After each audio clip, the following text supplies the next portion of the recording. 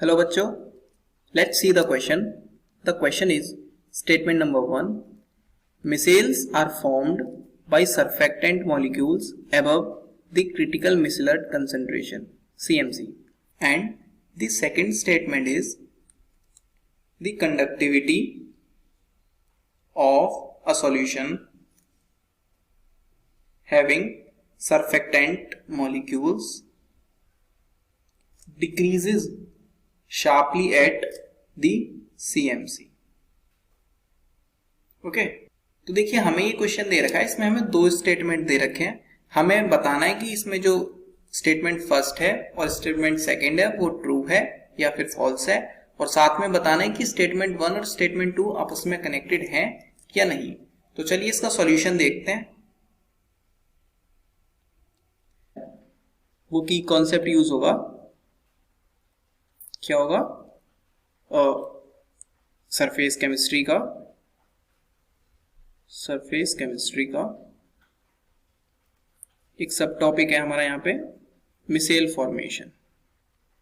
ठीक है, होगा ये यहाँ पर मिसेल फॉर्मेशन, ये हमारा की कॉन्सेप्ट हो जाएगा यहाँ पे. अब चलो स्टेटमेंट 1 को सॉल्व कर लेते हैं पहले, फिर स्टेटमेंट 2 की तरफ चलेंगे.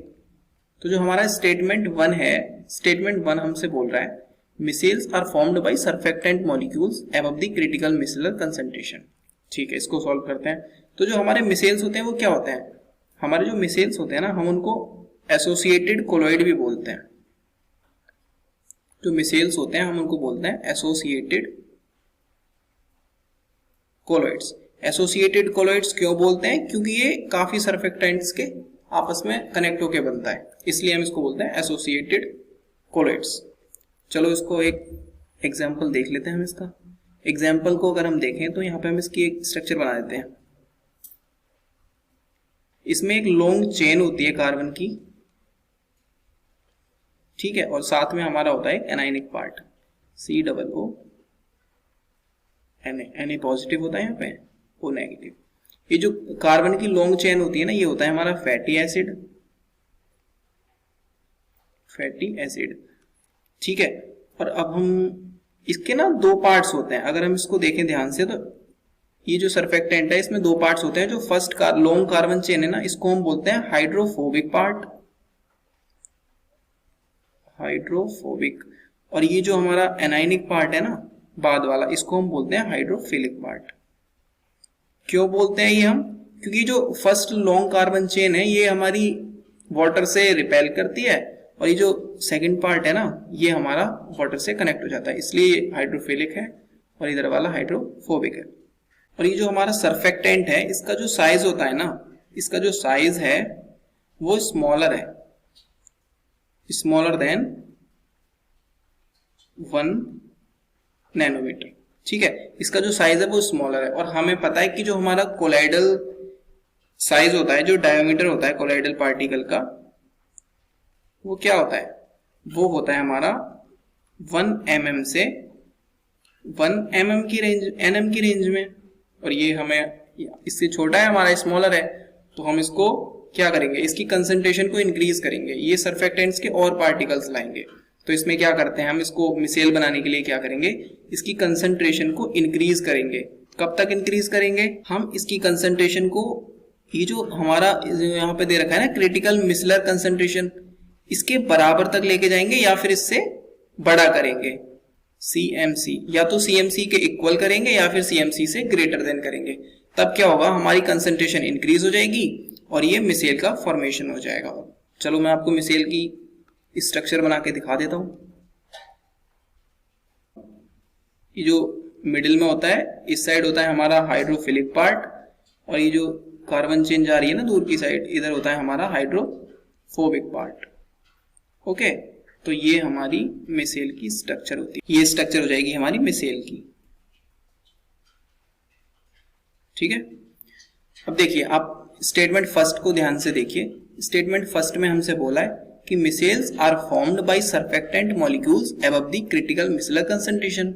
तो ये देखिए आप, ये क्रिटिकल मिसेलर कंसंट्रेशन से अबव बन रहा है, लार्जर होना चाहिए या फिर इक्वल देन होना चाहिए. ठीक है, तो ये जो हमारी फर्स्ट स्टेटमेंट है वो करेक्ट हो जाएगी. Statement first is correct. Statement number second को देखते हैं, चलो।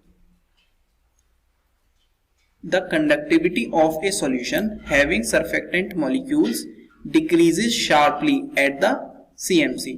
चलो इसको नेक्स्ट स्लाइड पे देखते हैं। अब देखिए स्टेटमेंट हमारा जो सेकंड स्टेटमेंट है उसको देखते हैं। हमारा जो सरफेक्टेंट था जिससे हमने मिसाइल बनाया था वो था हमारा R, C double bond O negative और Na पॉजिटिव।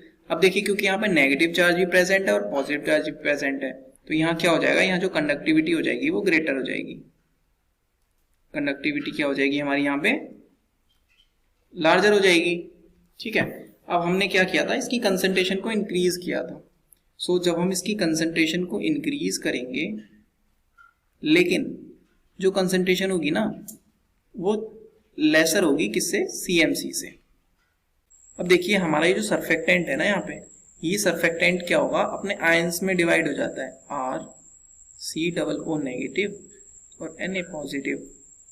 अब ये जो दोनों आयंस हैं ये मूव करते हैं, और जब ये मूव करेंगे तो क्या होगा, जो हमारी कंडक्टिविटी है वो इंक्रीज हो जाएगी। ठीक है, और कंडक्टिविटी इंक्रीज होगी। लेकिन अब हम क्या करेंगे, जब हमारा ये जो कंसंट्रेशन को बढ़ा रहे थे हम, और कंसंट्रेशन बढ़ाते बढ़ाते CMC से क्या हो जाती है, इक्वल हो जाती है या फिर ग्रेटर देन हो जाती है। इस कंडीशन में क्या होगा, इस कंडीशन में बन जाएगा हमारा मिसेल। क्या होगा, फॉर्मेशन ऑफ मिसेल हो जाएगा, फॉर्मेशन ऑफ मिसेल। जैसे ही फॉर्मेशन ऑफ मिसेल होगा हमारी ये स्ट्रक्चर बन जाएगी।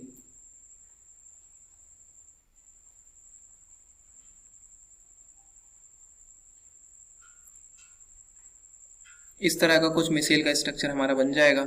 अब जैसे ही ये स्ट्रक्चर बनेगा ना, तो हमारा क्या होगा, इस कंडीशन में कंडक्टिविटी डिक्रीज करेगी, कंडक्टिविटी डिक्रीज कर जाएगी। क्यों डिक्रीज कर जाएगी, क्योंकि ये जो हमारे फ्री मूविंग आयंस थे ना, ये अब कनेक्ट हो गए, और जब ये कनेक्ट हो गए आपस में तो फिर ये मूव कर नहीं पाएंगे, मूव नहीं करेंगे तो कंडक्टिविटी डिक्रीज कर जाएगी। तो क्या होता है, स्टार्टिंग में कंडक्टिविटी इंक्रीज करती है, लेकिन जैसे जैसे ये हमारी कंसंट्रेशन CMC से ज्यादा हो जाने लगती है वैसे वैसे इसकी कंडक्टिविटी डिक्रीज कर जाने लगती है, और एक कंडीशन वो आती है कि ये कंडक्टिविटी डिक्रीज हो जाती है हमारी। ठीक है, तो जो हमारा सेकंड स्टेटमेंट था वो देखते हैं एक बार। The conductivity of a solution having surfactant molecules decreases sharply at the CMC। Okay, तो ये जो हमारी स्टेटमेंट 2 है ये भी बिल्कुल करेक्ट है। तो चलो अब इसके ऑप्शन में हम आंसर देख लेते हैं। जो फर्स्ट ऑप्शन है इसमें बोला है हमसे statement 1 is true, statement 2 is true, but statement 2 is a correct explanation for statement 1। तो देखिए इसमें स्टार्टिंग में तो ठीक लिखा है कि स्टेटमेंट 1 ट्रू है, स्टेटमेंट 2 ट्रू है, लेकिन ये जो सेकंड में दे रखा है ना इसने कि statement 2 is a correct explanation for statement 1, ये हमारी फॉल्स है। देखिए यहाँ पे इन दोनों स्टेटमेंट का आपस में कोई कनेक्शन नहीं है, हालांकि ये दोनों ट्रू हैं बट कनेक्शन नहीं है, तो ये हमारा इनकरेक्ट हो जाएगा। सेकंड ऑप्शन देखते हैं। Statement 1 is true, statement 2 is true, statement 2 is not a correct explanation for statement 1। तो देखिए हमारा ये ऑप्शन जो है वो करेक्ट हो जाएगा। क्यों हो जाएगा, क्योंकि देखिए दोनों स्टेटमेंट हमारी करेक्ट है, और ये जो फर्स्ट स्टेटमेंट और सेकंड स्टेटमेंट है ये दोनों आपस में कनेक्टेड नहीं है, तो ये जो हमारा ऑप्शन बी है ये करेक्ट हो जाएगा। So option B is the correct answer. I hope you understood it well. Best of luck.